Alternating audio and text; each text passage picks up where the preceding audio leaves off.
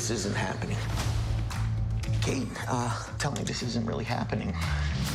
This is a nightmare I've been having for 30 some years. I wrote the first book about climate change for a general audience way back in 1989.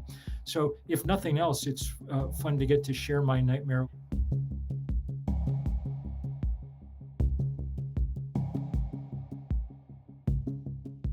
The short version of this is it's a film about a comet heading towards the planet. It's a somewhat clever metaphor that you've used in the past. Why is it important for Hollywood to take on a film like this? We all know that we're facing this climate crisis unless we're in severe denial. But we also all know that we're not really doing very much about it. And it attempts to figure out why. And climate change is a comet. It is coming at us. We located it 30 years out. You know, the climatologists acting as astronomers pointed up to the sky and said, here's what's coming, and here's what you can do about it. And then we didn't do it. The movie is very apt. At this exact moment, I say we sit tight and assess. Sit tight and assess? Sit tight. And then assess. It's a fascinating film. What are the things in political psychology and human psychology? What are the things in our financial system, whatever, that are keeping us from reacting to the greatest threat our species has ever faced? It demonstrates that there's a real appetite for people to be grappling with this deep question. And I think it makes it easier for people to grapple with it, the fact that it's a comedy, truthfully. It manages to satirize a lot of people, big high-tech billionaires, presidents, the military, but its sharpest satire, I think, is reserved for the media, and probably deservedly so. How big is this thing, though? And I can't destroy my ex-wife's house? Is that possible?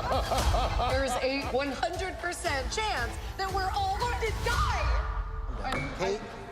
Hey. Talk a bit more about the media that you've just brought up. Why is covering climate change such a challenge for the media? Journalists in the last few years, finally, have begun to do a pretty good job of covering climate change, but it remains the fact that the biggest story of our time, maybe of any time, is somehow seriously undercovered. It doesn't show up in the forefront of our minds the way that COVID does, or the way that the economy does.